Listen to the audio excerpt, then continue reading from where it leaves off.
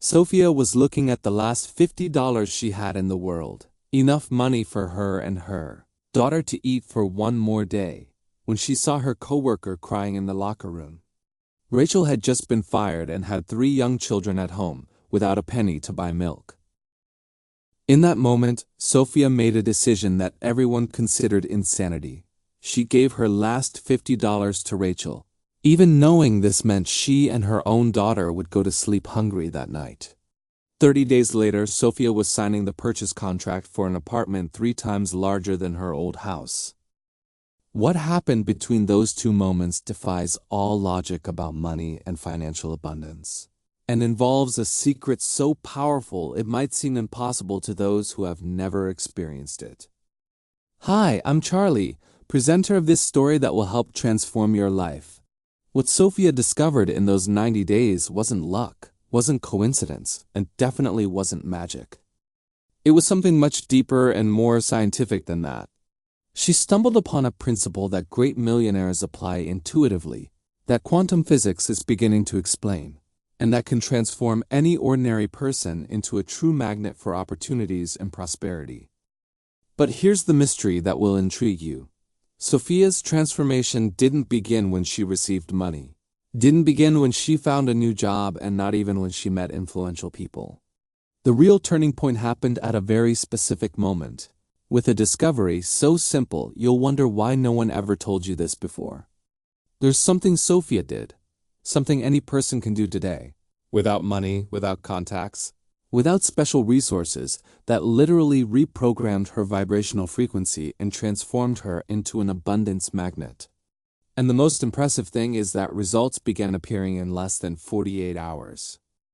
If you're tired of fighting against financial scarcity, if you feel like you work hard but never get ahead, or if you simply want to discover how some people seem to attract opportunities like magic, prepare to learn the secret that changed everything in Sophia's life.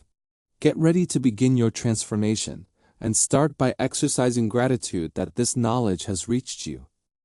For this, I kindly ask you to subscribe to the channel and like the video.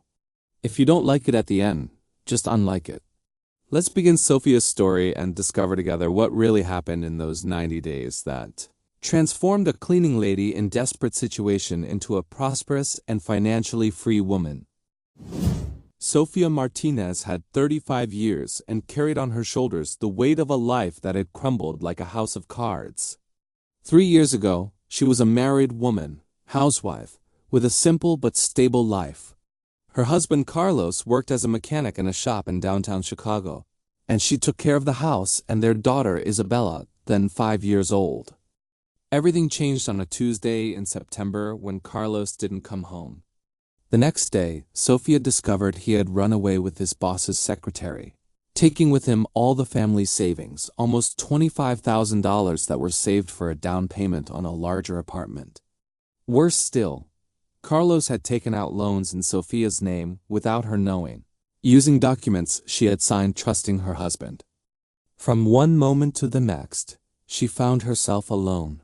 Without money and with a debt of $45,000 in her name, Sophia's family lived in rural Illinois. Her parents were retired with a pension that barely covered their own survival, and her only brother had emigrated to Portugal 2 years before, still struggling to establish himself there. She was completely alone in Chicago, in a city where she knew few people besides the neighbors. In the first months after the abandonment, Sophia tried to maintain her dignity. She looked for jobs in offices, stores, anything that could use her experience as a housewife. But without professional qualifications and with a young daughter to care for, doors closed one after another. "You don't have experience. We need someone with total availability. We'll be in touch," phrases she heard every day that gradually destroyed her self-esteem. It was when the rent money started being late that Sophia swallowed her pride and accepted the first job that appeared, cleaning lady in an accounting office. The salary was low, but at least it was something. She soon discovered that one job wasn't enough to pay all the bills and still support Isabella. That's how she started working in 3 different places. Mornings at the office, afternoons at doctor, Robert's medical clinic, and nights cleaning a residential building. 16 hours a day, 7 days a week.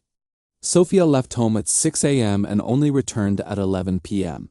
Isabella stayed at the neighborhood public school, Lincoln Elementary School, which was only 2 blocks from home. At least that was good. After classes, the girl stayed with Mrs. Olivia, an elderly neighbor who cared for some children in the area for a symbolic fee. Even working like a convict, Sophia could barely pay the basic bills. Rent consumed 60% of her income, and little was left for food, transportation, and Isabella's needs. She had tried to negotiate the debts Carlos left, but interest grew faster than her ability to pay. In the last 6 months, the situation had become unsustainable. Sophia began delaying rent, then the electric bill, then water. The house owner, Mr. Antonio, was patient at first, but after 3 months of delay, he filed for eviction. The bank was also collecting the debts left by her ex-husband, and interest had transformed the original $45,000 into almost $80,000. That's how Sophia arrived at that Monday in March with only $50 in the world. She had sold everything of value: the wedding ring, a gold chain that was her grandmother's inheritance, even the blender and iron. The refrigerator was practically empty, and she knew that the day after tomorrow the court officers would come for the house keys. Sophia woke up that morning with her stomach churning. It wasn't hunger, although she and Isabella had only had bread with margarine for dinner the night before. It was that feeling of despair you feel when you know you've reached the end of the line and there's nowhere else to run. She looked at her phone, 3 missed calls from the bank. She knew exactly what they wanted. Today was the last day of the deadline to pay the overdue house installments. "Mom, there's no milk for cereal," said Isabella, appearing at the bedroom door with messy hair and the blue uniform from the municipal school in her hand. Sophia felt her heart tighten. How to explain to an 8-year-old child that there wasn't money even for milk? She opened her wallet and counted again. $50. It was literally all that remained in the world. Enough money to buy food for both of them for 1 day, maybe 2 if she was very creative. "We'll have breakfast at school today, my love." "They have a special snack," Sophia lied, kissing her daughter's forehead. "Cool. Can I take the doll that Mrs. Olivia gave me?" "Of course you can, princess." Sophia accompanied Isabella to Lincoln Elementary School, mentally thanking that she studied so close to home. At least this was one less worry. The girl could come and go alone when necessary, and Mrs. Olivia always kept an eye out. The journey to her first job was silent torture. Sophia took 2 buses to reach the accounting office in downtown, spending $8 just on fare. While the bus swayed in morning traffic, her mind wouldn't stop calculating. $42 remaining. If she bought rice, beans, and eggs, she could make the food last for 2 days. After that she didn't know what she would do. While cleaning the office bathrooms, Sophia tried not to think about the future. How would she explain to Isabella that they would have to leave home? Where would they go? She had no family in Chicago, no close friends, no one. It was during the break between the first and second job that her life changed forever. Sophia was in the locker room at Dr. Robert's medical clinic changing uniforms when she heard sobs coming from the bathroom. She immediately recognized the voice. It was Rachel, a 54-year-old fellow cleaning lady who worked the morning shift. "Rachel? Is everything okay?" Sophia knocked lightly on the door. The door opened and Rachel appeared with red eyes, her face swollen from crying so much. "Sophia, they fired me." "What do you mean they fired you?" Robert said, "He's prioritizing younger people because they work faster. And I can't be fast anymore, especially with the knee pain." Rachel wiped her nose with the back of her hand. "Sophia, I have 3 children at home. The youngest is only 2 years old, the middle one is 4, and the oldest is 6. I don't even have money to buy milk for them today." Sophia felt as if someone had punched her stomach. Rachel was in an even worse situation than hers. At least Sophia only had 1 daughter to support, and Isabella was already 8 years old and could understand some things. Rachel had 3 young children, including a baby. "Do you have family who can help?" Sophia asked. "My mother died of cancer last year. I spent all my savings on her treatment.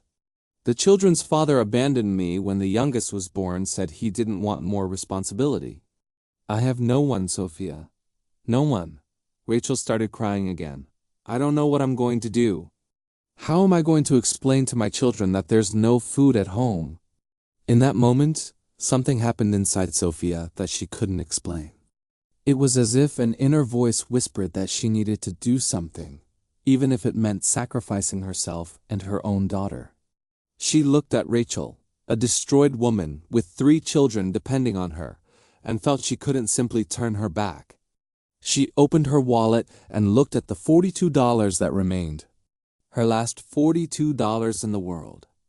"Rachel, listen here." Sophia took all the money from her wallet. "Take this.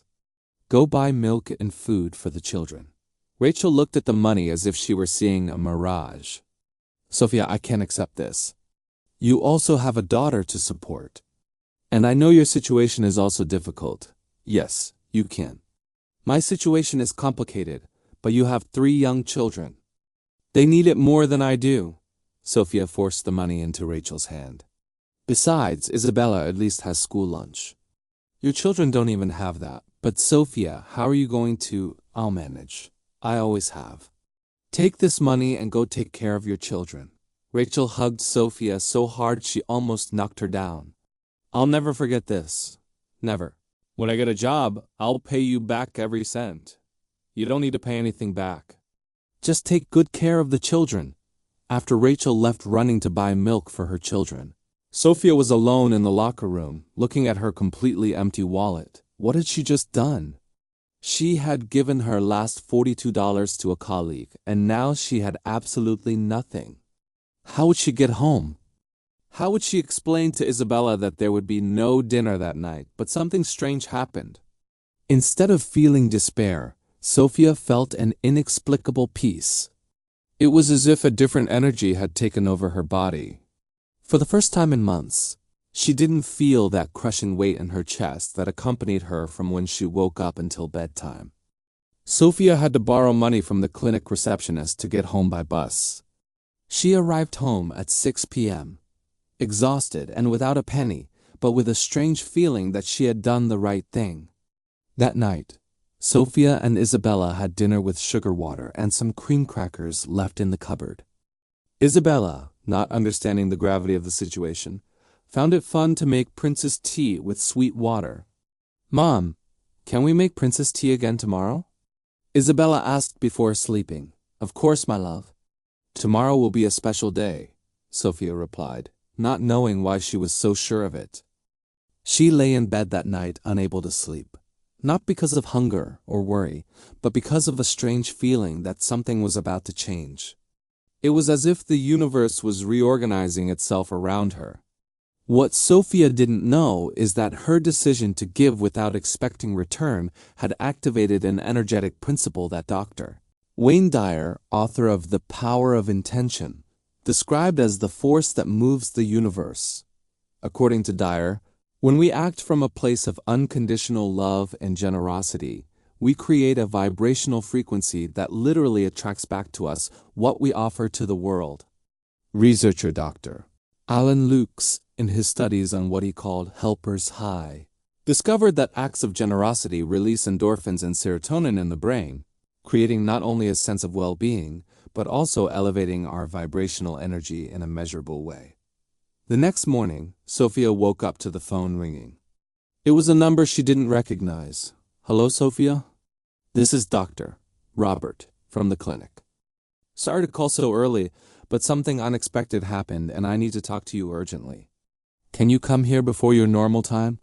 Sophia felt her heart accelerate. Had he discovered that she gave money to Rachel? Would she also be fired? "Of course, Dr. Robert. I can be there in an hour." "Perfect," said the doctor. While getting ready to leave, Sophia couldn't stop thinking about the strange coincidence. Less than 24 hours after giving her last $42, she was being urgently called by the doctor from the clinic where she worked. Was it just coincidence, or was something more happening? What Sophia was about to discover would change not only her understanding about money and abundance, but her vision of how the universe really works. But was she prepared to accept a truth that would challenge everything she believed about scarcity and survival? Sophia arrived at Dr. Robert's medical clinic with her heart beating irregularly. She had borrowed more money from the receptionist. This time, $10 for bus fare, promising to pay it back at the end of the day, even without knowing how she would do it. The clinic was located in a middle-class neighborhood in Brooklyn, with its impeccable white walls and the characteristic smell of disinfectant that always reminded her of hospitals. Sophia knew every inch of that place. The blue tiles in the bathroom she cleaned every day. The granite floor of the reception she waxed 3 times a week. The ornamental plants she watered religiously. "Good morning, Sophia. The doctor is waiting for you in his office," said Carla, the receptionist, with a strange smile on her face. Sophia knocked on the office door with trembling knuckles. Dr. Robert Anderson was a 52-year-old man, respected cardiologist, always kind but formal with employees. She had never been in his private office, only cleaned when he wasn't present.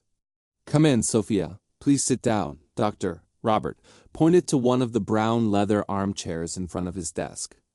The office was elegant, with framed diplomas on the walls, a bookshelf full of medical books, and a view of a small internal garden. Sophia sat on the edge of the armchair, trying to decipher the expression on the doctor's face. "Sophia, last night I received a call that completely changed my perspective on many things." Dr. Robert leaned forward, resting his elbows on the desk. "Rachel called me crying, telling me what you did for her. Single quotes. Sophia's stomach dropped. She had been discovered.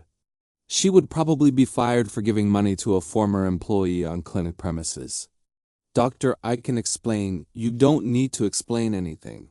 Sophia, you need to listen to me." Dr. Robert stood up and walked to the window. "Rachel told me you gave your last $42 to her to buy milk for her children.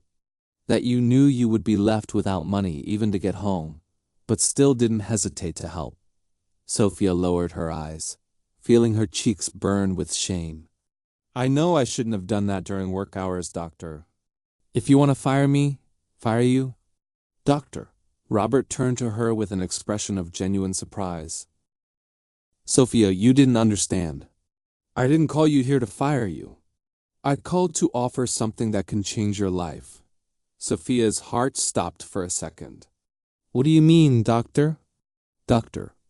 Robert returned to his chair and opened the drawer, removing some papers. "Sophia, for 3 months I've been looking for someone trustworthy for a special project. I need a person to manage the cleaning and organization of 3 new clinics I'm opening on the South Side. It's not just cleaning, it's supervision, team training, quality control. A position of responsibility." Sophia blinked several times, trying to process the words. "Supervision? But doctor, I don't have experience in—" "Technical experience can be learned, Sophia. Character cannot, doctor." Robert leaned forward again. "Yesterday, when Rachel told me what you did, I understood something fundamental. You have something that can't be taught in any course. Absolute integrity. A person who gives their last $42 to help someone in need is exactly the type of person I can trust with the responsibility of supervising employees and caring for my clinic's assets." The words echoed in Sophia's mind as if they were spoken in a foreign language. Supervision position? 3 clinics? This seemed too good to be true. Dr. Robert continued explaining. Salary of $4,500 per month, plus transportation voucher, meal voucher, and health plan for you and your daughter. Sophia felt as if the floor had disappeared beneath her feet. $4,500 was more than she earned at all 3 jobs combined. With meal voucher and health plan, it would be like earning almost $6,000. "Doctor, I don't know what to say. Say you accept." Dr. Robert smiled. "But there's one condition. You'll need to dedicate yourself entirely to this project. This means you'll have to leave the other two jobs. Sophia felt a wave of panic. Leave the other jobs? What if it didn't work out? What if she wasn't capable of doing the work? But then she remembered the $42 she had given to Rachel the day before, the feeling of peace she felt afterward, and something her grandmother always said. Daughter, when you plant seeds of kindness, the universe always returns a harvest. I accept, doctor. I accept with great pleasure. Great. Doctor. Robert extended his hand to shake hers. You can start next Monday. Today is Thursday. That gives you time to organize and notify the other jobs. Oh, and Sophia. He opened another drawer and took out an envelope. This is an advance of $1,000 for you to organize yourself. Consider it a welcome bonus. Sophia looked at the envelope as if it were a mirage. $1,000. Enough money to pay the overdue rent, buy food, pay basic bills. Her hands trembled when she took the envelope. Doctor, I don't know how to thank you. You don't need to thank me, Sophia. Thank your own kindness. It was what created this opportunity. Leaving the clinic, Sophia walked through the streets as if she were floating. $1,000 in her pocket. A new job that paid more than 4 times what she earned before. Health plan for her and Isabella. It was as if her life had changed completely in less than 24 hours. But the strangest thing was the feeling that this wasn't coincidence. There was something bigger happening, something she couldn't explain rationally. Sophia decided to make a stop before picking up Isabella from school. She entered a small bookstore in downtown, something she hadn't done in years for lack of money.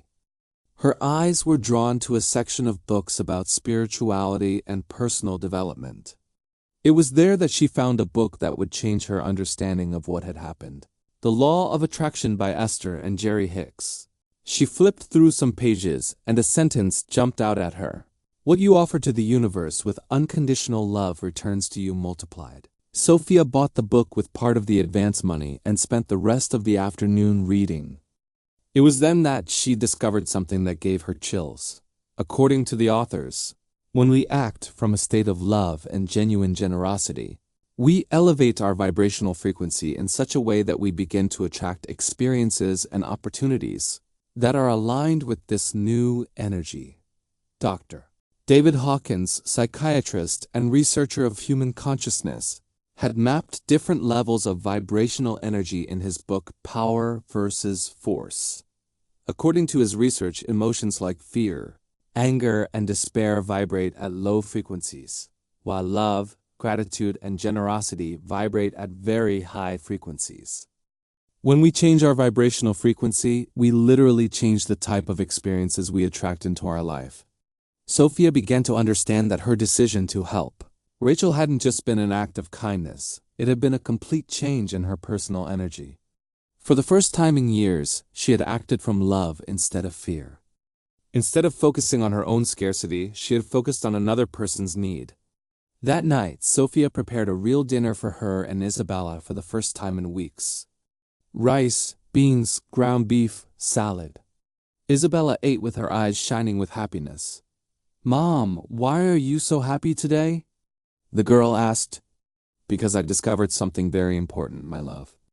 I discovered that when we help other people, the universe always finds a way to help us too. How so? Sophia thought about how to explain such complex concepts to an 8-year-old child. You know when you lend your pencil to a classmate at school? Yes, Chen. When you need something, someone always appears to help you too, Isabella nodded.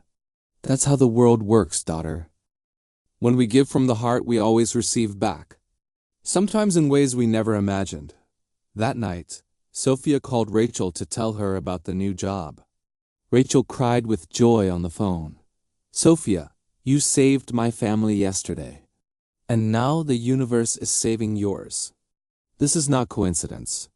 After putting Isabella to bed, Sophia stayed on the balcony of her small apartment, looking at the stars. For the first time in 3 years, she felt real hope. Not just hope to survive, but hope to prosper.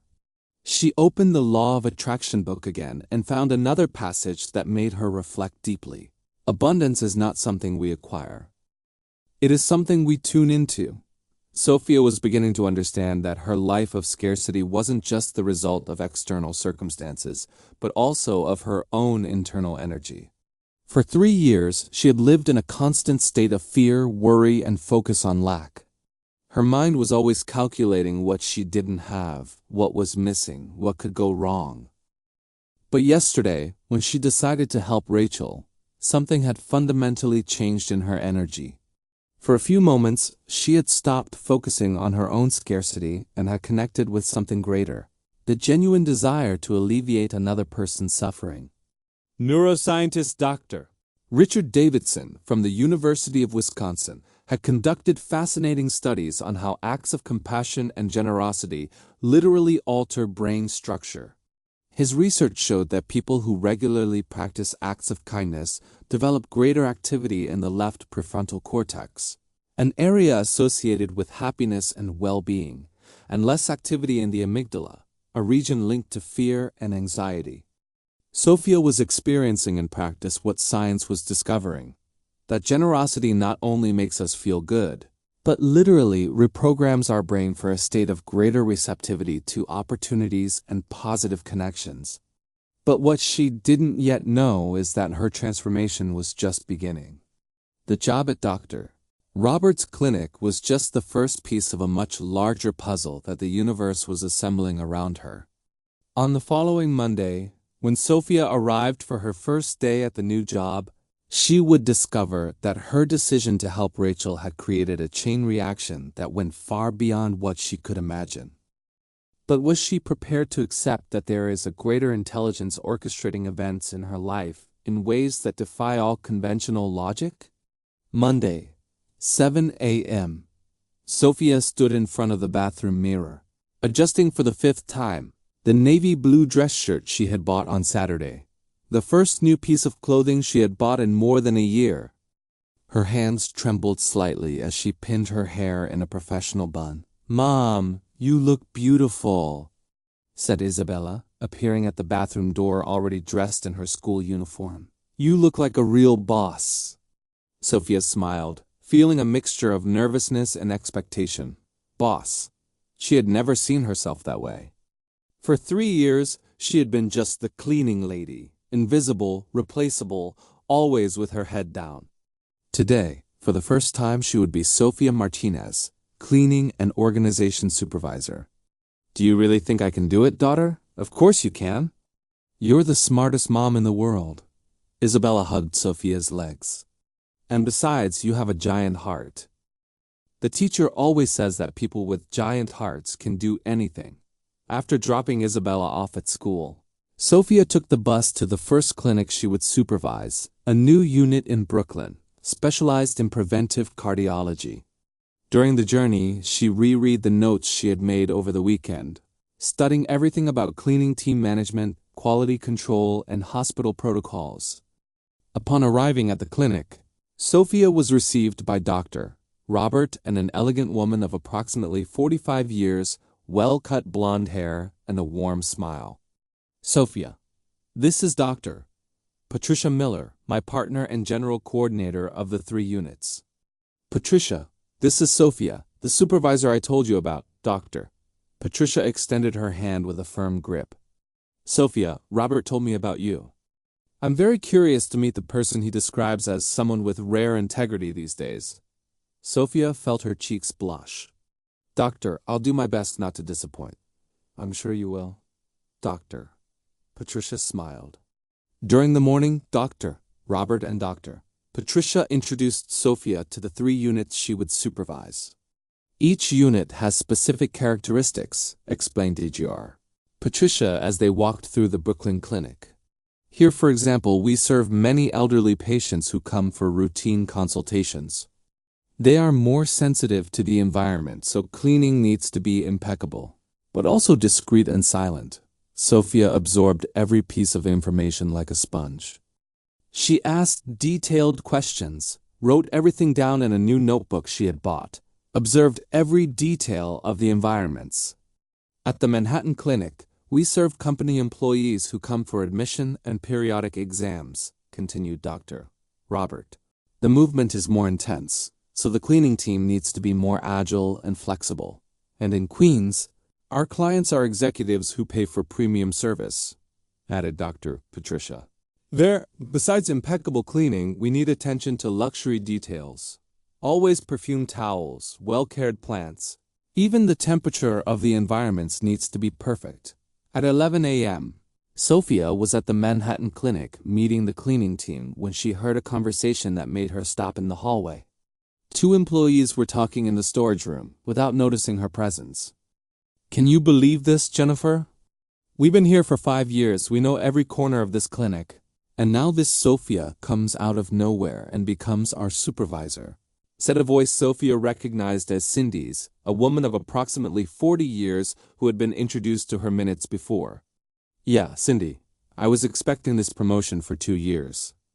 I was always punctual, never missed work, know the job better than anyone.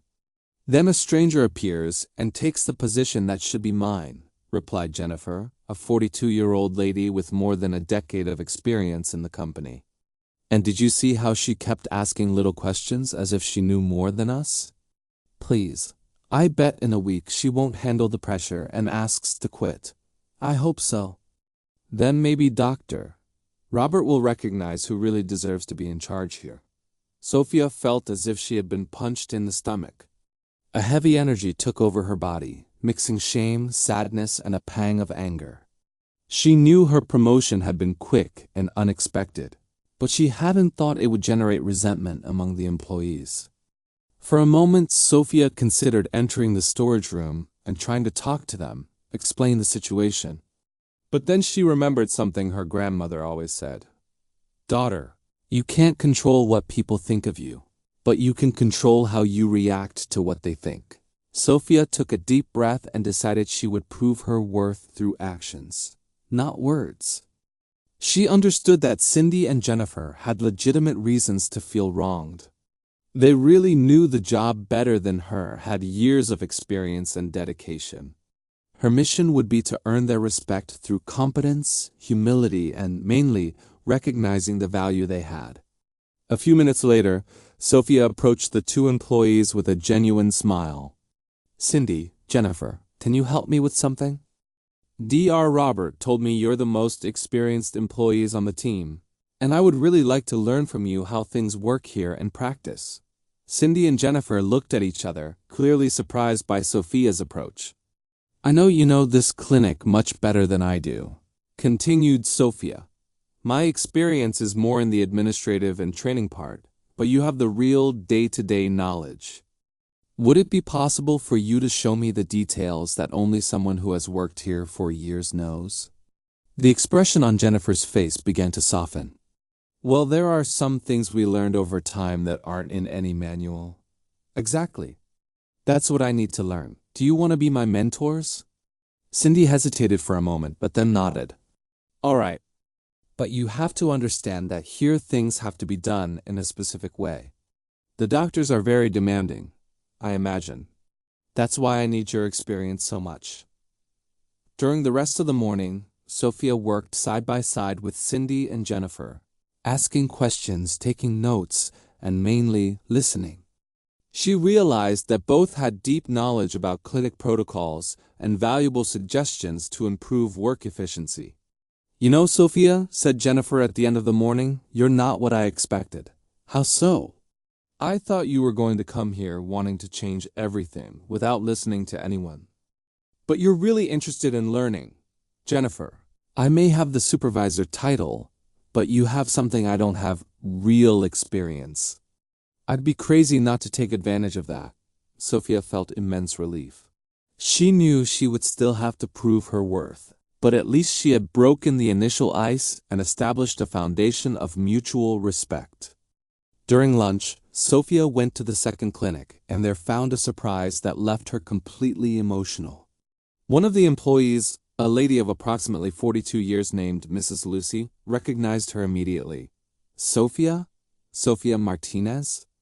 Mrs. Lucy dropped the cleaning cloth and walked toward her with wide eyes.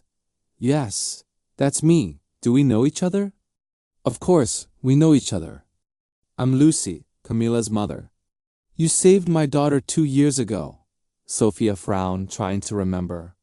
Then, like a flash, the memory returned. Camila, a 16-year-old girl who had fainted at the bus stop on an intensely hot day. Sophia was returning from work when she saw the girl fallen on the ground, with several people just watching. She had stopped, given water to the girl, called the ambulance and stayed with her until the ambulance arrived. Mrs. Lucy, of course I remember. How is Camila? She's great, thanks to you. Mrs. Lucy held Sophia's hands tightly. The doctor said if she had stayed unconscious in the sun longer, she could have had serious problems. You literally saved my daughter. Oh, Mrs. Lucy, anyone would have done the same thing. No, Sophia. They wouldn't have. There were at least 10 people at that bus stop and only you stopped to help. Mrs. Lucy had tears in her eyes. Since that day, I pray every night for God to bless you. And now you're here, as my supervisor. This is not coincidence, Sophia. This is the universe returning to you all the kindness you spread around. Sophia felt a shiver run down her spine. Once again, an act of kindness from the past was connecting with her present life in an inexplicable way. Mrs. Lucy, I didn't even know you worked here. I started last week. One had been unemployed for 6 months when Dr. Robert opened the position. And now to discover that you're going to be my boss. Mrs. Lucy shook her head, smiling. During lunch, Sophia couldn't stop thinking about the synchronicities. First Rachel, then Dr. Robert, now Mrs. Lucy. It was as if people she had helped in the past were appearing in her life exactly when she most needed support. She decided to call her friend Fernanda, one of the few people she maintained contact with since before the separation. Fernanda was a philosophy teacher and always had an interesting perspective on life events. Fernanda, do you believe in coincidences? Hi, Sophia. What an interesting question. Why? Sophia quickly told the events of the last few days. Rachel, Dr. Robert, the new job, Mrs. Lucy. Sophia, have you ever heard about synchronicity? Synchronicity? It's a concept created by psychologist Carl Jung. He believed there are no true coincidences, only meaningful events that connect in a non-causal way. According to Jung, when we are aligned with our highest purpose, the universe conspires to create synchronicities that guide us on the right path. Sophia felt another shiver. What do you mean, aligned with our purpose? Jung said each person has a soul purpose, something we came to do in this life. When we act according to this purpose, usually through acts of love, compassion, and service to others, we create an energetic resonance that attracts people and situations aligned with our mission. Do you think that's what's happening to me? Sophia, think carefully. What's the common pattern in all these coincidences? You helped Rachel, and that led to the job with Dr. Robert. You helped Camila 2 years ago, and now her mother works for you. It seems like your natural generosity is creating a network of connections that manifests exactly when you need it. After lunch, Sophia went to the third clinic in Queens. It was the most luxurious of the three, with designer furniture, artwork on the walls, and an environment that breathed sophistication. She was talking to the receptionist about cleaning protocols when an elegant man, approximately 40 years old, approached. Excuse me, are you Sophia Martinez? Sophia turned, surprised. Yes, I am. How can I help you? The man extended his hand with a warm smile. My name is Eduardo Santos. I'm a patient at this clinic and also a businessman. I don't know if you remember, but we met about a year ago, under very different circumstances. Sophia studied the man's face, trying to remember. He was well-dressed, with an expensive suit and a confident posture, but there was something familiar in his eyes. Sorry, but I'm not managing to remember, Eduardo smiled. It doesn't surprise me. I was quite different that day. I was sitting in the park in front of Mount Sinai Hospital, completely desperate. I had just come out of a consultation where I discovered my mother had advanced stage cancer. I was crying like a child when you approached. Suddenly, the memory returned like a wave. Sophia remembered a middle-aged man sitting on a park bench, crying uncontrollably. She was passing by the place when she saw him. Something in his suffering touched her deeply, and she approached to offer help. Now I remember. You were very shaken. I offered a tissue and we talked for a few minutes. A few minutes that changed my life. Sophia, Eduardo had emotion in his voice. That day, I was considering giving up on everything. My mother's treatment would cost a fortune. My company was going through difficulties. I felt completely lost. When you approached and said everything would be okay, that I was stronger than I imagined, something changed inside me. Eduardo, you gave me hope when I had none. You reminded me I wasn't alone in the world. I left that park with completely different energy. Eduardo paused, emotional. My mother was cured, Sophia. The treatment worked. And my company not only survived, but prospered. Today I have a restaurant chain with 15 units in New York. Sophia felt as if she were living a dream. Another person she had helped in the past, appearing in her life at the exact moment when everything was changing. I'm glad to know your mother as well, Eduardo. I'm very happy. Sophia, can I ask you a question? What are you doing here at the clinic? Sophia explained about her new job as supervisor. Eduardo listened attentively, nodding with admiration. Incredible. You know this is not coincidence, right? Everyone is telling me that, Eduardo laughed. Because it's true. Sophia, you have a rare gift. The ability to see others suffering and act to alleviate it, even when you yourself are going through difficulties. This creates very powerful energy around you. Eduardo, can I ask you a question? How did you discover I worked here? I didn't discover. I've been coming to this clinic for checkups for 2 years. Today, when I arrived for my appointment, I saw you talking to the receptionist and couldn't believe it. I thought, it can't be her. But it was. Eduardo took a card from his pocket. Sophia, I want to make you a proposal. I'm opening a new restaurant next month, and I need someone to manage all the cleaning and organization part. Not just basic cleaning, but a standard of excellence that reflects the quality of service we offer. Would you be interested? Sophia looked at the card. Eduardo, it's a very interesting proposal, but I need to tell you that I just took this position and promised Dr. Robert exclusive dedication. Besides, I have an 8-year-old daughter, and weekends are the only time we have together. Eduardo nodded with understanding. I understand perfectly. You're a responsible mother, and that only confirms the type of person you are. But I can keep your card? Maybe in the future, when I'm more established in the position and Isabella is a little more independent. Of course. And Sophia, know that the proposal will always be open.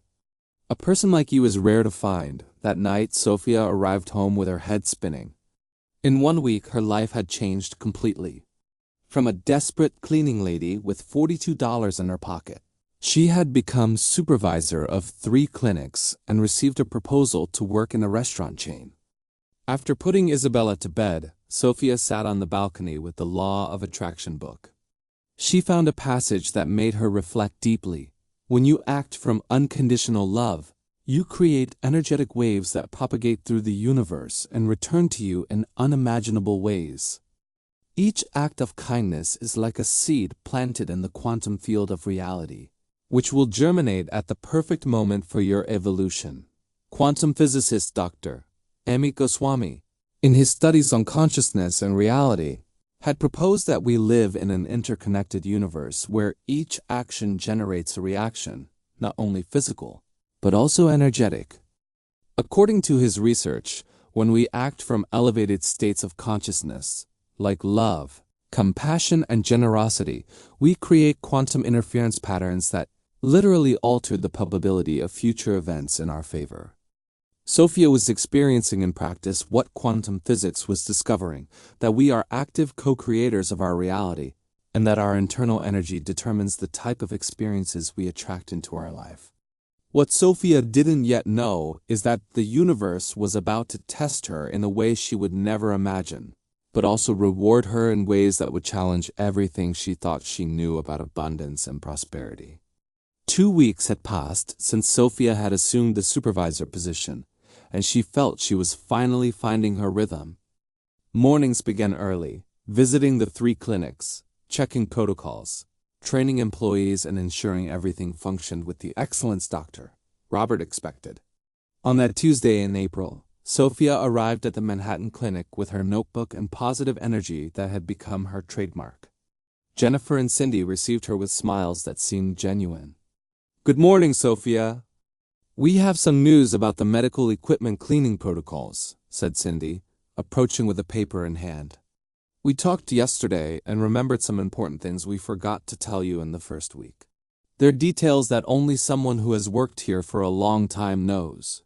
Sophia opened her notebook, ready to take notes. During the next 20 minutes, Jennifer and Cindy explained a series of specific procedures: how to clean certain equipment, which products to use in each situation, specific times for certain tasks. "Dr. Robert is very strict about these things," explained Cindy. "He always says the clinic's reputation depends on these details. And there's something very important," added Jennifer. "The electrocardiogram equipment needs to be cleaned with 70% alcohol after each use, but when they're still a little warm, because that way the cleaning is more effective." Sophia carefully noted everything. "Thank you for telling me this. I'll implement these procedures immediately." The following Thursday, Sophia was at the Brooklyn clinic when her phone rang. It was Dr. Robert, and the tone of his voice immediately worried her. "Sophia, I need you to come to my office now. It's urgent." When Sophia arrived at the office, Dr. Robert was sitting behind his desk with a grave expression she had never seen before. "Sit down, Sophia." He pointed to the chair in front of the desk. "We had a serious problem at the Manhattan clinic." Sophia's heart raced. "What kind of problem, doctor?" 3 electrocardiogram machines were damaged yesterday. The technicians discovered they were cleaned with alcohol while still hot, which caused damage to the internal circuits. Dr. Robert leaned forward. "Sophia, did you instruct your team to do this?" Sophia felt as if the floor had disappeared beneath her feet. "Doctor, yes, I instructed. Jennifer and Cindy told me it was the correct procedure." "Sophia, that's exactly the procedure that should not be done. It's clearly written in the operations manual you received on the first day. The equipment must cool for at least 2 hours before cleaning." Sophia closed her eyes, trying to remember the manual. There was so much information, so many different protocols. "Doctor, I trusted their experience. They said they knew the specific procedures of this clinic. Sophia, you're the supervisor. The final responsibility is yours, regardless of who gave the information." Dr. Robert sighed deeply. "Each machine costs $15,000. We're talking about $45,000 in damages." Sophia felt nauseous. $45,000. It was more money than she had seen in her entire life. "Doctor, I take full responsibility. I can pay for the damages, even if it's in installments over years." Dr. Robert observed her for a long moment. "Sophia, I'll be honest with you. I'm very disappointed. Not just because of the error itself, but because you didn't follow the basic protocols we established." "I know, doctor. I have no excuses, but, Dr. Robert paused. "I also know you're a person of integrity. I believe it was a genuine error, not negligence. For that reason, I'm going to give you a second chance." "But Sophia, there won't be a third." Sophia felt tears of relief in her eyes. "Thank you, doctor. I promise this will never happen again. I hope not. Now go, and make sure all protocols are being followed correctly." Leaving the office, Sophia felt humiliated and confused. How could Jennifer and Cindy have given such wrong information? They had worked at the clinic for years, knew the equipment better than anyone. Could it be possible they had done this on purpose? Sophia shook her head, pushing away these thoughts. She couldn't become paranoid. It had probably been a genuine misunderstanding. The important thing was to learn from the error and move forward. The following week, Sophia redoubled her efforts. She reviewed all manuals, checked each protocol personally, and made sure there was no margin for errors. Jennifer and Cindy seemed genuinely sorry about the misunderstanding and showed themselves even more helpful in assisting her. It was on a Friday morning that everything collapsed again. Sophia was at the Queen's Clinic when she received a call from Carla, the receptionist at the Manhattan Clinic. "Sophia, can you come here urgently? Something very serious happened." When Sophia arrived at the Manhattan Clinic, she found a tense atmosphere. Jennifer and Cindy were in the locker room, visibly agitated, talking to Dr. Robert. "Ah, Sophia, good that you arrived," said Dr. Robert with a grave expression. "We had a theft here at the clinic." Jennifer and Cindy's cell phones disappeared. Sophia felt a chill in her stomach. "Theft? When did this happen?" "During lunch break," replied Jennifer, with red eyes as if she had been crying. "We left our cell phones in the locker room, as we always do, and when we came back they weren't there anymore. Have you looked everywhere?" "Maybe they fell, or we already looked everywhere," interrupted Cindy. "Someone took our cell phones." Doctor Robert turned to Sophia. "I need you to help me solve this. I can't have employees stealing from each other in my clinic." "Of course, doctor. Let's investigate this properly." "Actually," said Jennifer, hesitating, "we have a suspicion, but we don't want to accuse anyone without being sure." Doctor Robert frowned. "What kind of suspicion?" Cindy and Jennifer looked at each other. "Doctor, we really don't want to say it. If you have information that can help solve this, I need to know." Jennifer took a deep breath. "We saw Sophia leaving the locker room during lunchtime. She said she was getting something from her bag. Sophia felt as if she had been slapped." "What do you mean? Are you accusing me of theft?" "We're not accusing," said Cindy quickly. "We're just saying what we saw. This is absurd." Sophia was indignant. "I entered the locker room to get my headache medicine. You can search my bag right now." Dr. Robert looked at Sophia with an expression that mixed disappointment and uncertainty. "Sophia, would you mind if someone checked your bag?" "Of course not. You can check." Sophia opened her bag and placed it on the locker room table. Carla, the receptionist, was called to do the search. Sophia watched, confident, while Carla removed each item from the bag: wallet, keys, medicines, notebook, pens, and then Carla stopped. Her hand had found something at the bottom of the bag. Slowly she removed 2 cell phones. Sophia felt the world spin around her. This is impossible. "I didn't put those cell phones there." "Sophia," Dr. Robert shook his head, visibly shaken. "Doctor, I swear by everything sacred, I didn't steal those cell phones. Someone put them in my bag." Jennifer started crying. "Sophia, why did you do this? We trusted you." "I didn't do anything." Sophia was desperate. "You have to believe me." Dr. Robert stood up with an expression of deep sadness. "Sophia, I'm very disappointed. After everything we talked about, after the second chance I gave you, doctor, please listen to me. I didn't steal those cell phones. Someone put them in my bag to frame me." "Sophia, the cell phones were in your bag." "There's no other explanation." "Yes, there is. Someone put them there." Sophia looked at Jennifer and Cindy, who avoided her gaze. "You know, I didn't do this." Dr. Robert shook his head. "Sophia, I can't keep an employee who steals from coworkers." "You're fired." Sophia felt as if she had been struck by lightning. "Doctor, please, my decision is final. Carla will prepare your termination. I want you to leave the clinic now." Sophia left the clinic in shock. She walked through the streets without direction, trying to process what had happened. In less than a month, she had gone from desperate cleaning lady to successful supervisor, and now was back to square one. Worse yet, she was being accused of theft. Sitting on a park bench, Sophia cried like she hadn't cried in years. Not just because of losing the job, but because of the injustice of the situation. She knew she hadn't stolen the cell phones, but how could she prove it? Sophia picked up the phone and called Eduardo. Maybe the restaurant proposal was still available. "Eduardo? This is Sophia. Do you remember the proposal you made me?" "Sophia!" "Of course I remember." "Did you change your mind?" "Actually, my situation changed." I'm no longer working at the clinics and would like to know if the position is still available. There was a pause on the other side of the line. Sophia, I'm sorry, but the position was filled last week. I found another person for the job. Sophia closed her eyes, feeling another door close. I understand. Thank you anyway. Sophia, did something happen? You sound shaken. It's a long story, Eduardo. But I'll be fine. Look, if you need anything at all, call me, okay? You're a special person, and I'm sure you'll find something even better.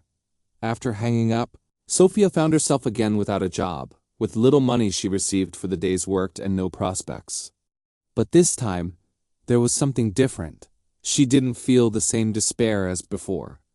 She had learned something fundamental about generosity, about energy, about how the universe works.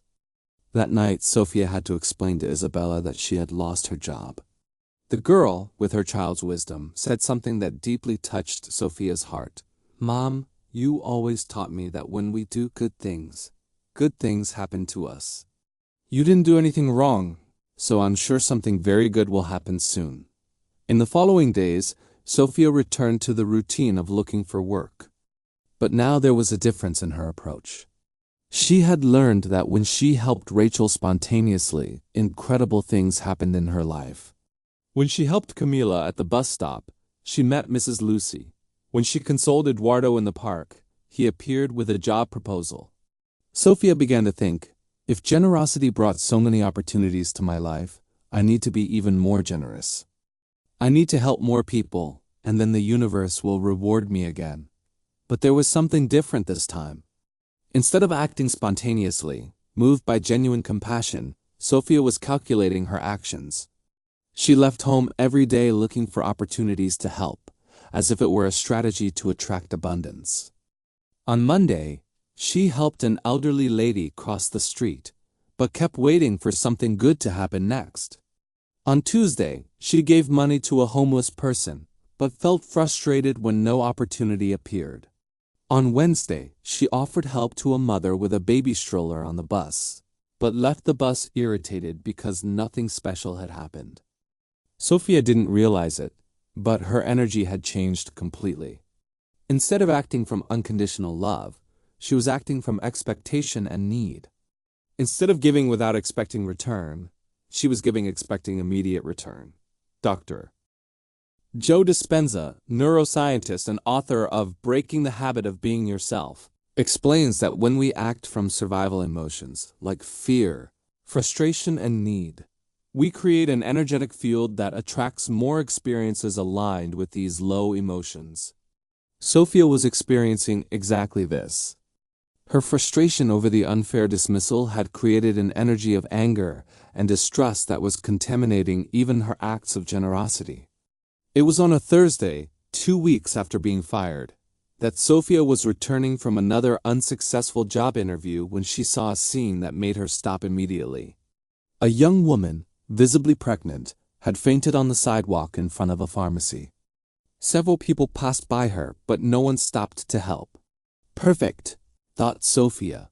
This is my opportunity to help someone and attract something good to my life. Sophia ran to the woman and knelt beside her. Miss, are you okay? Can you hear me? The woman slowly opened her eyes. I think I fainted. I'm 7 months pregnant and haven't eaten anything today. Let's help you get up, said Sophia, extending her hand to the woman.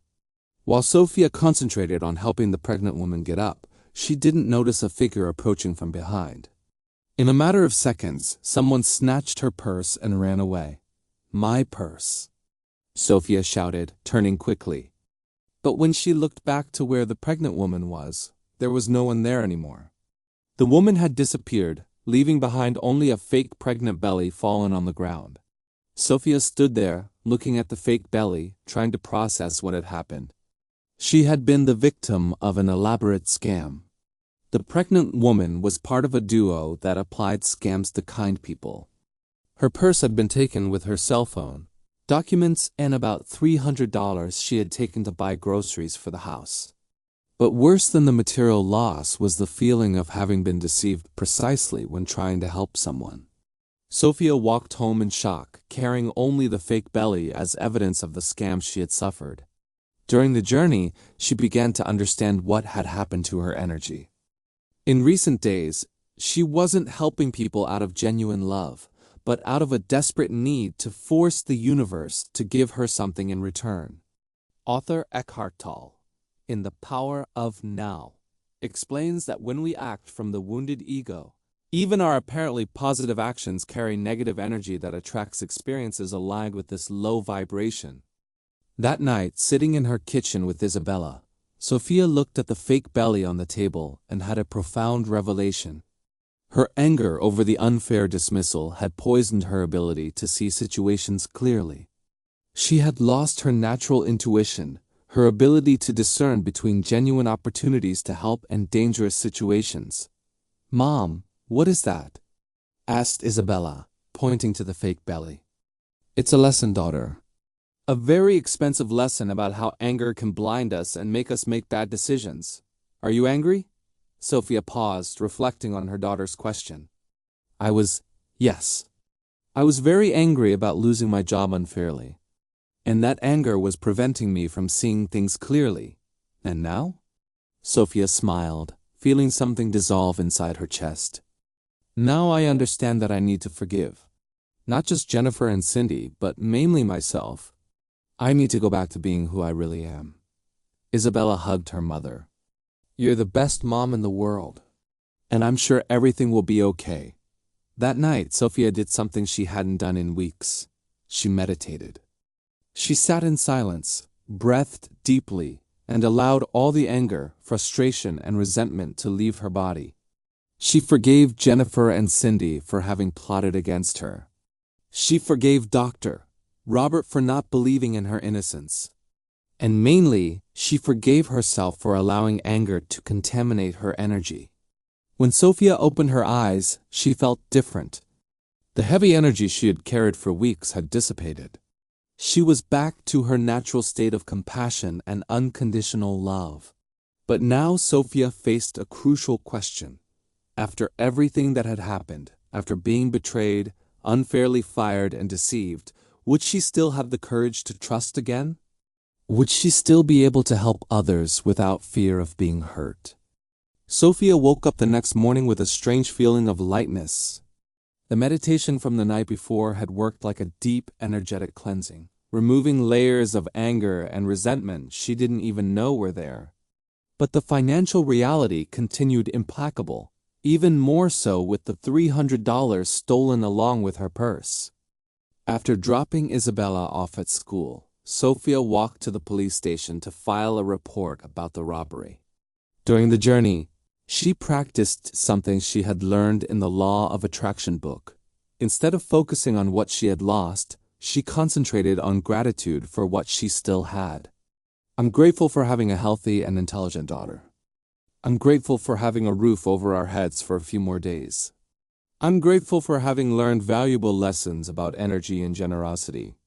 I'm grateful for being alive and having the opportunity to start over."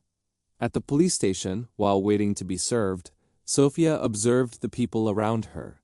There was an elderly lady, visibly nervous, holding some papers with trembling hands. The woman seemed lost and confused. For a moment, Sophia hesitated. After everything that had happened, would it be safe to approach a stranger? But then she remembered her decision from the night before, to go back to being who she really was. "Are you okay, ma'am?" Sophia approached with a gentle smile. The elderly woman looked at her with relief. "Oh, my dear, I'm so confused. I came to file a police report because I was scammed, but I don't understand any of these papers they gave me." Sophia sat beside the lady. "I can help you. My name is Sophia. I'm Mrs. Lavra. You're very kind, dear." During the next 20 minutes, Sophia helped Mrs. Lavra understand the procedures, explained the papers she needed to fill out, and even accompanied her to the counter when her turn came. "Sophia, how can I thank you?" asked Mrs. Lavra when they finished. "You don't need to thank me, Mrs. Lavra. I'm happy to be able to help. Dear, can I ask you a question?" "What do you do for work?" Sophia hesitated. Actually, I'm unemployed at the moment. Mrs. Lavra studied her for a moment. Do you have experience with elderly people? I do. I took care of my grandmother for a few years before she passed away. Sophia, I think God put you in my path today. Mrs. Lavra smiled. I'm a widow, I live alone, and I'm looking for someone to keep me company a few hours a day. It's not heavy work, just talking, helping me with some household tasks, accompanying me to the doctor. Would you be interested? What would be the work schedule? Flexible. Maybe about 4 hours a day, Monday to Friday. I can pay $1,200 a month, plus transportation voucher. Sophia felt tears of gratitude in her eyes. It wasn't much money, but it would be enough to pay rent and basic expenses. Mrs. Lara, I accept with great pleasure. Great. Can you start tomorrow? I live in Brooklyn, very close to the subway station. When Sophia left the police station, she felt as if she were floating. $1,200 in her pocket, a new job that paid more than 4 times what she earned before, health plan for her and Isabella. It was as if her life had changed completely in less than 2 hours. But the universe wasn't finished surprising her. On the way home, Sophia stopped at a small diner to use the public phone and call Mrs. Lara to confirm the address. While talking, she heard a familiar voice behind her. Sophia? Is it really you? Sophia turned and saw Rachel, the colleague she had helped with her last $42 weeks ago. Rachel! How are you? Rachel ran to hug her. Sophia, I was looking for you. I went to Dr. Robert's clinic, and they told me you don't work there anymore. What happened?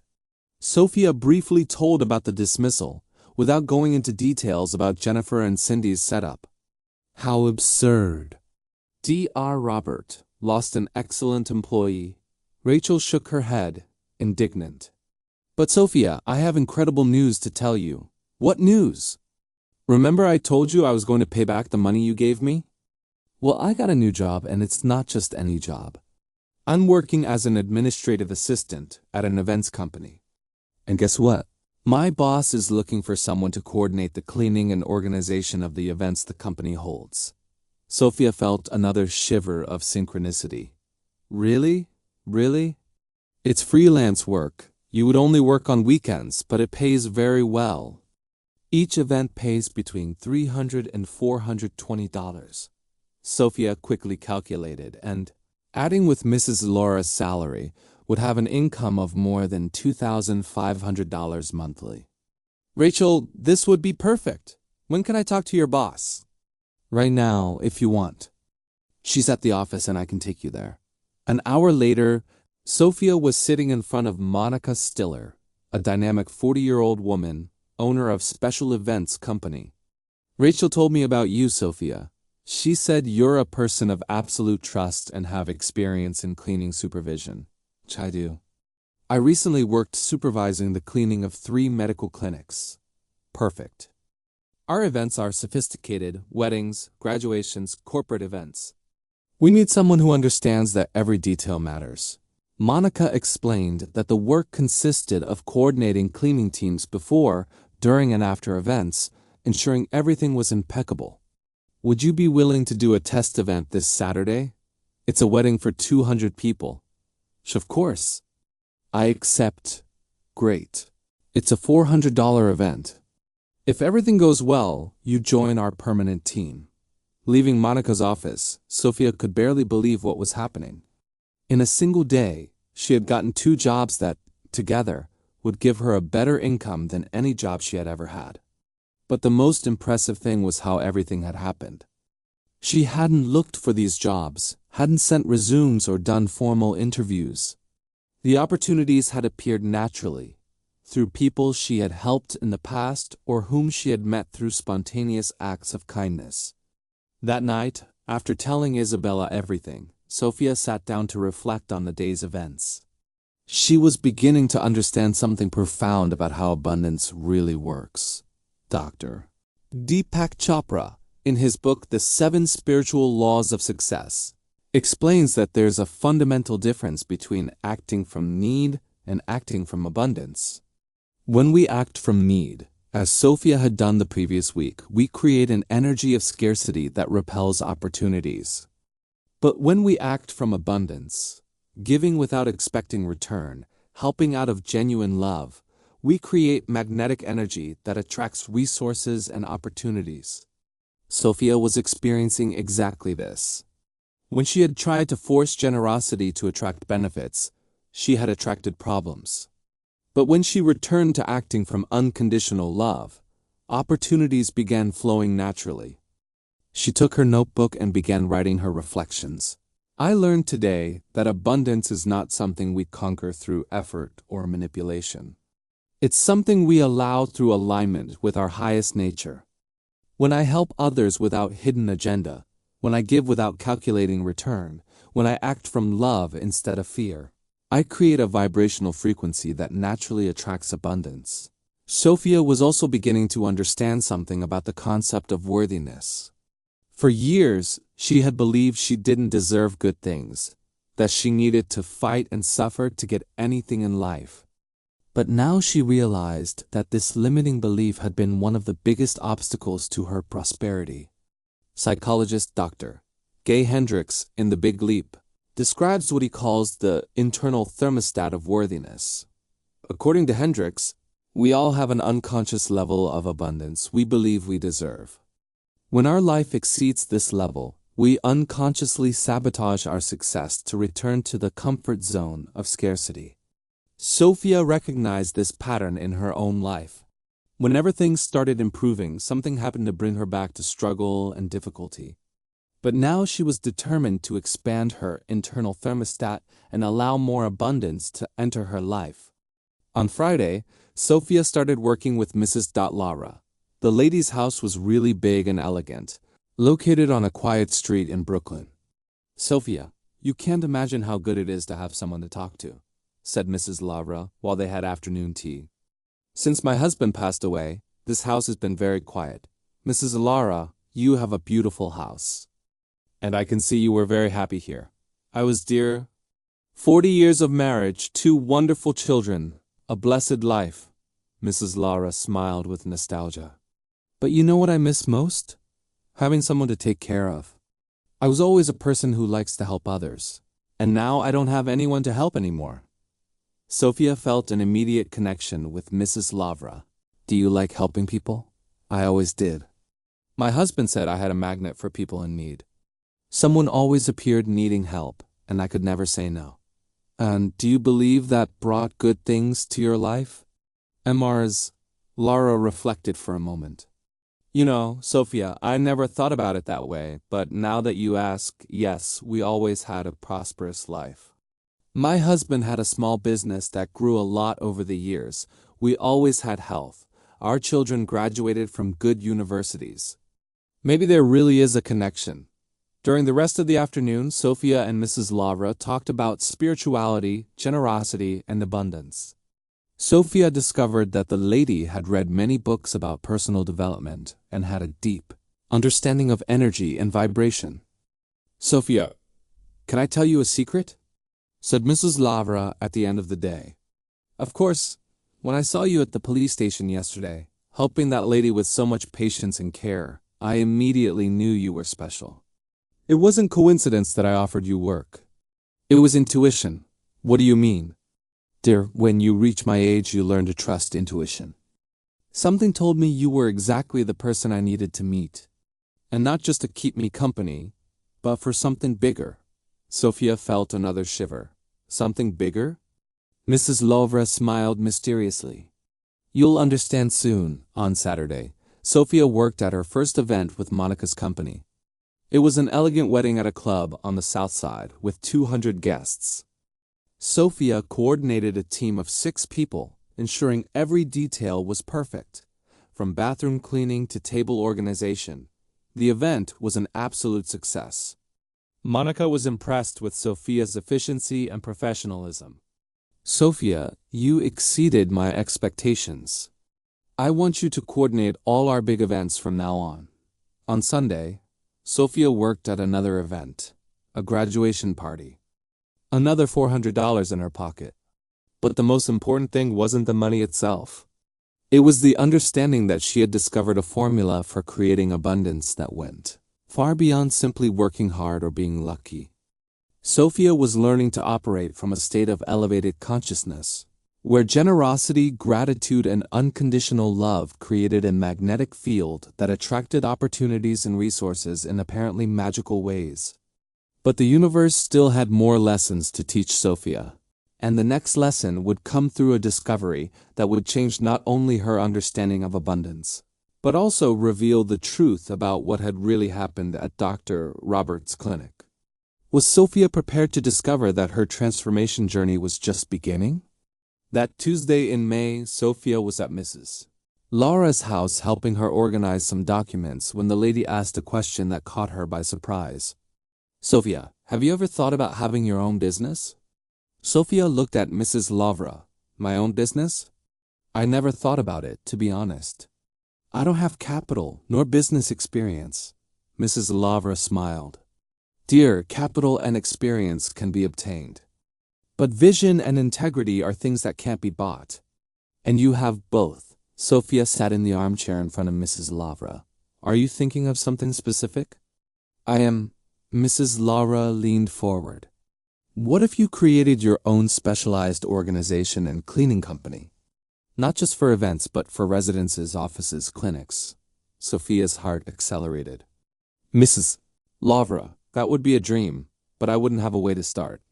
I need equipment, employees, working capital." Mrs. Lavra stood up and walked to an old desk in the corner of the room. She opened a drawer and took out some papers. "Sophia, my husband left a considerable estate when he passed away. My children are well established abroad and don't need money. For years I've been thinking about investing in something that would make a difference in special people's lives." Sophia felt as if she were dreaming. "Mrs. Lavra, I can't accept charity. It's not charity, dear. It's investment. Partnership." Mrs. Lavra returned to her armchair. "I'm proposing that we be partners. I provide the initial capital, $50,000, and you provide the work, management, and vision. We split profits 50-50, $50,000. Sophia had never seen so much money together in her life. "Mrs. Lavra, this is very generous, but nothing." "Sophia, you saved my life." "What do you mean?" "Dear, when you appeared at the police station that day, I was at rock bottom. I had been the victim of a scam that took $20,000 from me. I was feeling old, useless, stupid. I even thought about giving up on everything." Mrs. Lavra had tears in her eyes. "But when you approached with that genuine smile, when you helped me with so much patience and care, something changed inside me. You gave me back hope." Sophia felt a lump in her throat. "Mrs. Lavra, let me finish.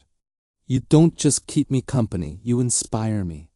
Seeing your strength, your determination, your kindness reminds me of who I used to be." Sophia was too emotional to speak. "So you see, dear, it's not charity. You've already given me much more than $50,000 could buy. Now I want to give back, and the best way to do that is helping you build something that will benefit many other people." Sophia took a deep breath, trying to process the proposal. "Mrs. Lavra, if I accept, I promise I'll work day and night to make our company succeed." "I know you will," said Mrs. Lavra. Sophia stood up and hugged Mars. "Lavra, I promise. And I also promise that we'll help other people like you're helping me." In the following weeks, Sophia dove headfirst into creating her company. With Mrs. Laura's help, she registered Organization & Co., a company specialized in residential, commercial, and event cleaning and organization. Sophia invested time studying business management, marketing, and customer service. She wanted her company to be different. Not just another cleaning company, but a company that treated each client like family, that cared for each detail with love. The first big contract came through Monica from the events company. She was so impressed with Sophia's work that she recommended her to a client who needed regular cleaning in 3 offices. In 2 months, Organization & Co. already had 8 employees and regular contracts with 15 clients. Sophia had developed a training system based not only on cleaning techniques, but also on humanized service and attention to details. Folks, Sophia said in her weekly meetings with the team, we're not just a cleaning company. We're people who take care of the spaces where other people live, work, and dream. Each environment we clean is sacred to someone. The company grew rapidly, but Sophia never forgot her origins. She hired Rachel as administrative assistant, gave Mrs. Lucy an opportunity to work in one of her contracts, and whenever possible, offered work to people who were going through difficulties. It was on a Thursday in August, 4 months after opening the company, that Sophia received a call that would change everything. Sophia? This is Dr. Robert. Sophia felt her heart race. It had been months since she had spoken with him. Dr. Robert, how are you? Sophia, I need to talk to you urgently. Can you come to my clinic today? Of course, doctor. Did something happen? I prefer to talk in person. It's about what happened when you worked here. Sophia arrived at the clinic with her stomach churning. Doctor Robert received her in his office with a grave expression. But there was something different in his eyes, a mixture of shame and relief. Sophia, sit down. I have something very important to tell you. I'm listening, doctor. Doctor. Robert took a deep breath.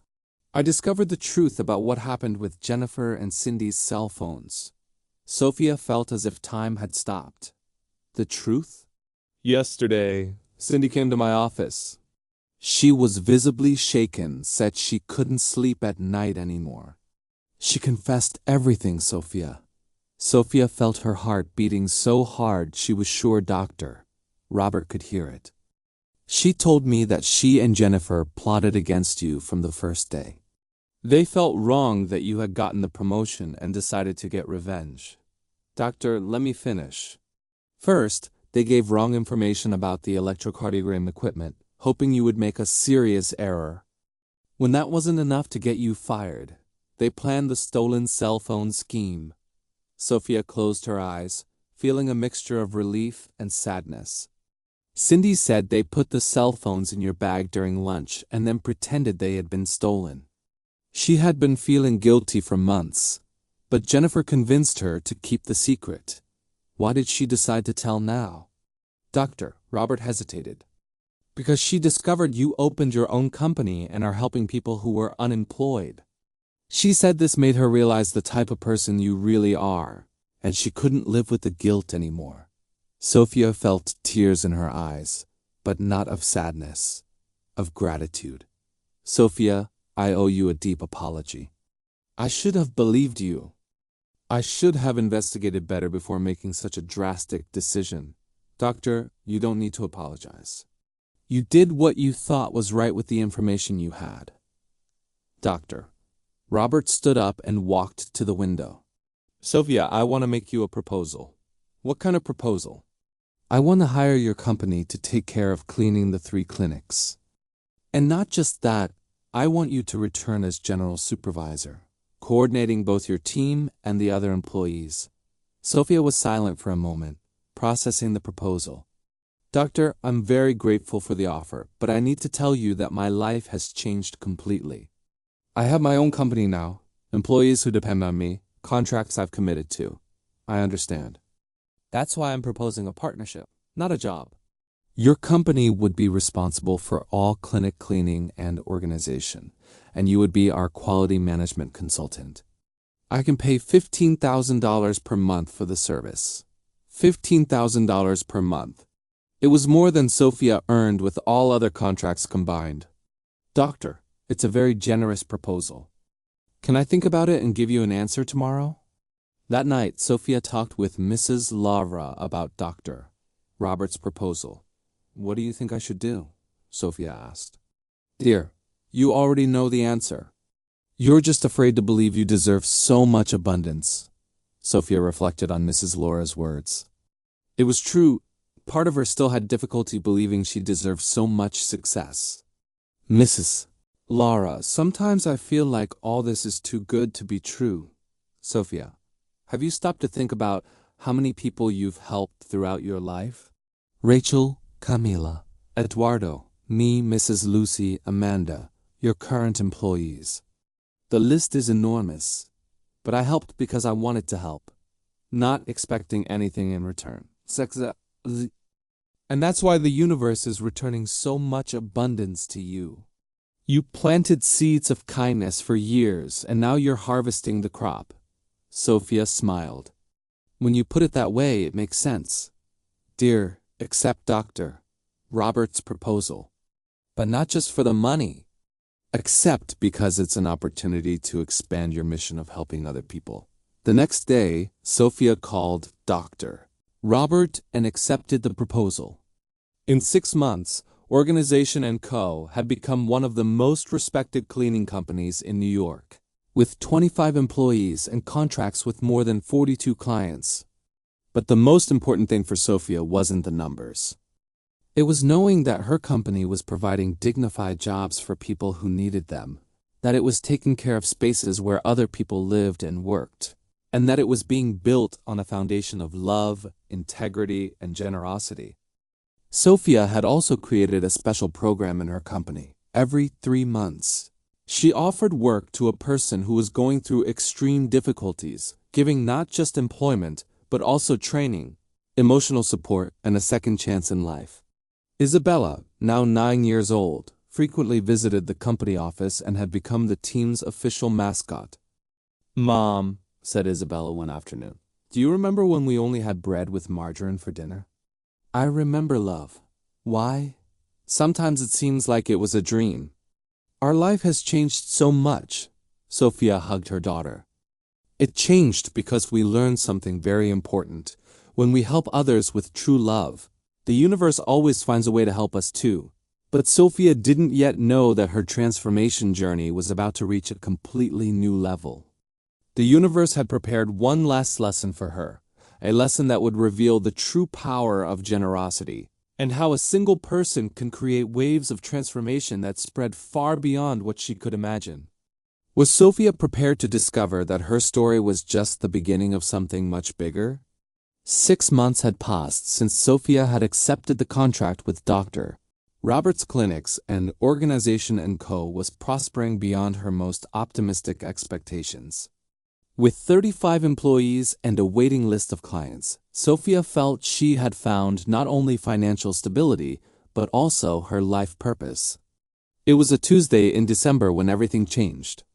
Sophia was in her office, reviewing contracts for the next year, when her cell phone rang. The number was unknown, but she answered anyway. "Hello? Sophia Martinez?"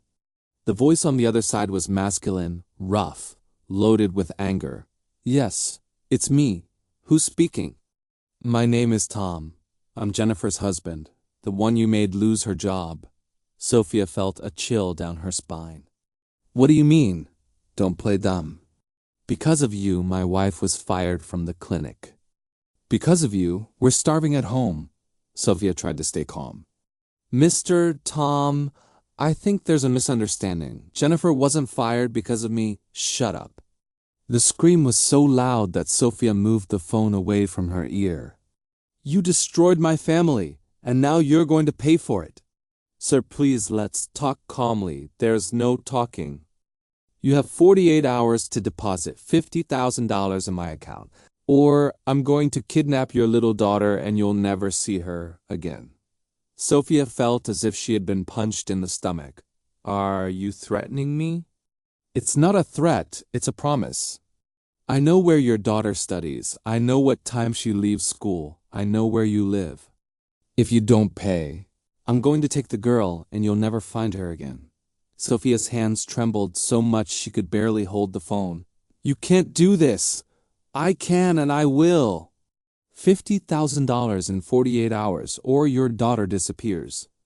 And don't bother calling the police because when they arrive, it'll be too late. The call ended abruptly, leaving Sophia in shock.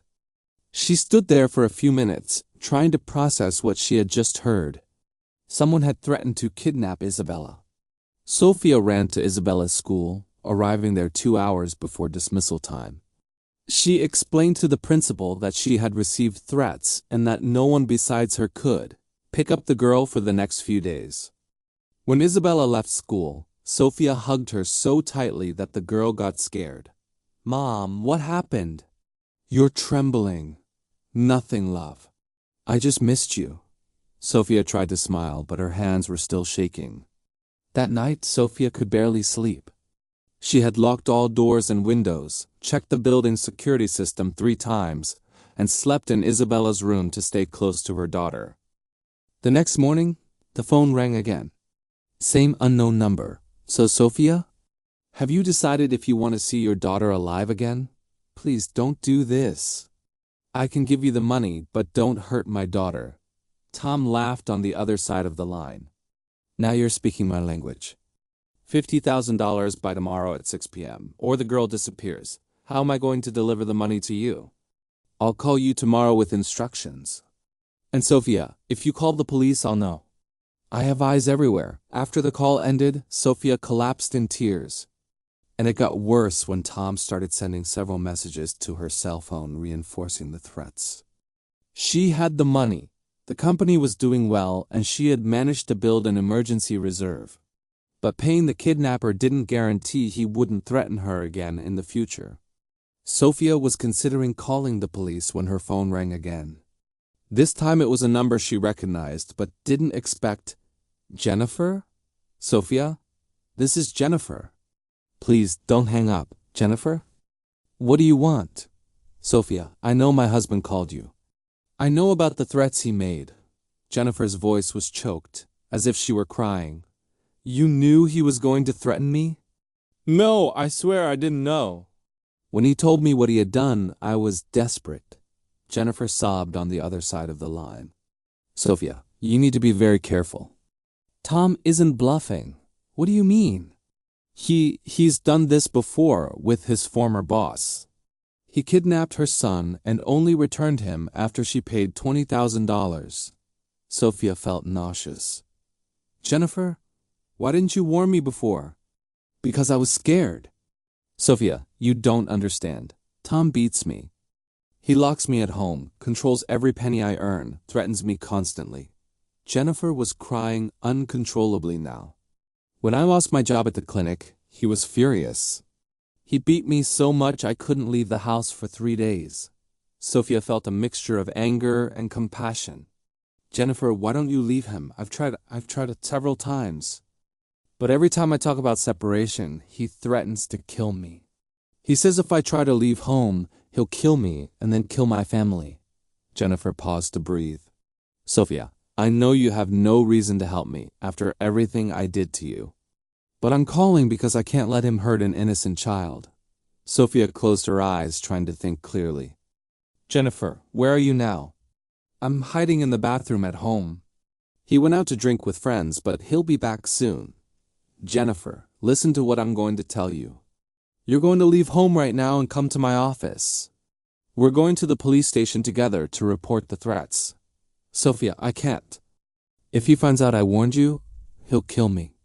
Jennifer, if you stay there, he's going to kill you anyway. And he might still hurt my daughter. The only way to stop this is by reporting him.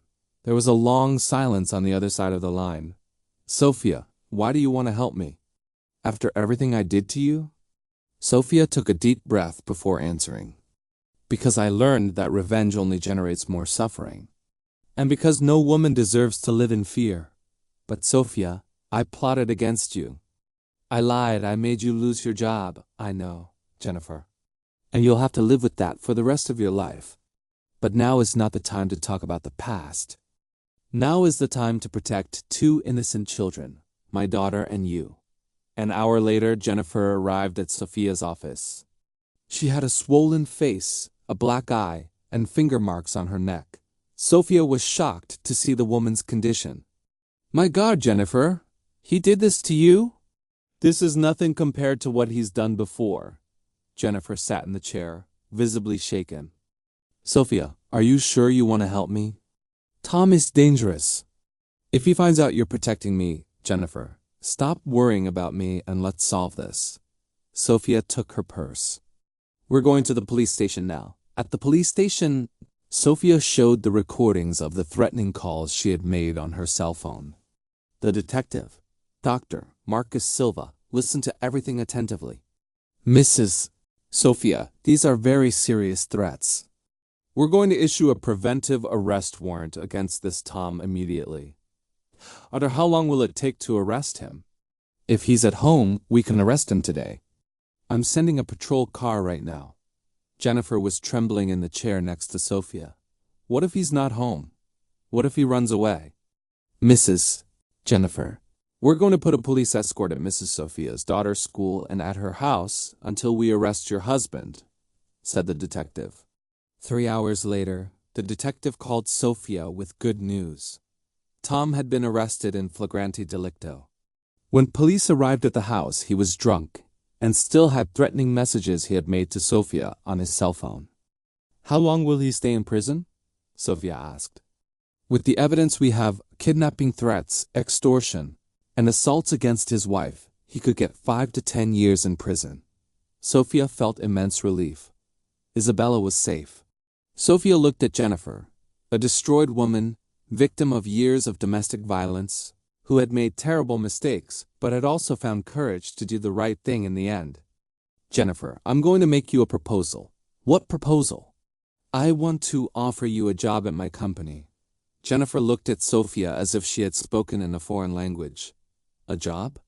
After everything I did? Jennifer, you made serious mistakes. But you also just saved my daughter from a kidnapping. You showed courage to report a violent man, even knowing it could cost your life. But Sophia, let me finish. I'm not offering this out of pity. I'm offering because I believe people can change, can redeem themselves. And because I learned that the best way to heal wounds is through forgiveness and compassion. Sophia extended her hand to Jennifer. What do you say? Do you want to start over? Jennifer looked at the extended hand for a long moment, then shook it firmly. Yes, I want to start over. But first tell me, why did you forgive me? Why did you give me this chance? Sophia stopped what she was doing and looked at Jennifer. Because I learned that forgiveness is not something we do for others. It's something we do for ourselves. When I forgave you, I freed myself from the anger and resentment that were consuming me. Jennifer wiped away a tear. You saved my life, Sophia, literally, and you saved my daughter's life. We're even. That night, Sophia was at home with Isabella, preparing dinner, when the girl asked a question that made her reflect deeply. Mom, weren't you angry at Jennifer for lying about you? Sophia stopped cutting vegetables and turned to her daughter. Love. I was very hurt and angry, so why did you help her? Sophia sat next to Isabella. Daughter, I learned something very important. When we keep anger in our heart, it's like we're drinking poison and expecting the other person to die. Anger only hurts the one who feels it. And how did you stop feeling angry? By understanding that Jennifer didn't do that because she was bad, but because she was suffering. Her people sometimes hurt other people. When I understood that, I was able to forgive. Isabella reflected for a moment. Mom, do you think I'll be able to be generous like you when I grow up? Sophia hugged her daughter. Love, you're already generous. Generosity is not something we learn, it's something we already have inside us. We just need to choose to let it show. What if someone is mean to me? Then you'll remember that kindness is stronger than meanness, that love is more powerful than hate, and that when we choose to be generous, we create a better world for everyone. That night, after putting Isabella to bed, Sophia sat on the balcony of her apartment, now a larger and more comfortable apartment, and reflected on her journey. In the recent past, she was a desperate woman, with only $42 in her pocket, without prospects and without hope. Today, she was the owner of a prosperous company, employed more than 40 people, and had discovered that true abundance wasn't just in money, but in the ability to transform lives. Sophia had learned that generosity is not just giving money or material things. It's giving hope to those who have lost faith, giving opportunities to those who need a second chance, giving forgiveness to those who have made mistakes, and giving unconditional love even when it's not deserved. She took her notebook and wrote her final reflections. I learned that we are all connected by an invisible network of energy and love. Each act of kindness we practice sends positive waves through this network, creating transformations that go far beyond what we can see. I learned that abundance is not something we conquer, but something we allow. And I learned that when we choose to love instead of hate, forgive instead of revenge, give instead of keep, we become co-creators of a more abundant and loving world for everyone. She had discovered that there is a universal law as powerful as gravity, the law of energetic reciprocity. When we give love, we receive love. When we offer hope, we find hope. When we choose to forgive, we are freed. Sophia smiled, feeling deep gratitude for everything she had lived, including the difficulties and injustices, because they were what taught her about strength, resilience, and compassion. Look at what an incredible story we just lived together. Did you notice how everything changed when Sophia made that apparently crazy decision to give her last $42 to Rachel? In that moment, she wasn't calculating return. She simply chose to love a person who was suffering more than she was. Now I want to ask some questions that can change your life. How many times have you failed to help someone because you were focused on your own difficulties? How many opportunities to plant seeds of kindness have you missed because you were worried about the harvest? Sophia's story is not fiction. It's a reflection of a universal law that works for any person, anywhere, at any time. You just need to have the courage to take the first step. Start small. Help someone today without expecting anything in return. It could be a genuine smile to a stranger or even forgiving someone who hurt you. Notice how you feel afterward. So I challenge you, how about starting your own transformation journey today? How about discovering the extraordinary power that exists within you? Don't forget to subscribe to the channel and activate notifications to continue learning about how to manifest abundance through generosity and love. Leave a comment telling which part of Sophia's story touched your heart most. Or share your own experience about how generosity has already transformed your life. Always remember, you deserve all the abundance in the world because you were born to be happy. And the key to this abundance is in your own hands, or better, in your own heart. I'll see you in the next video.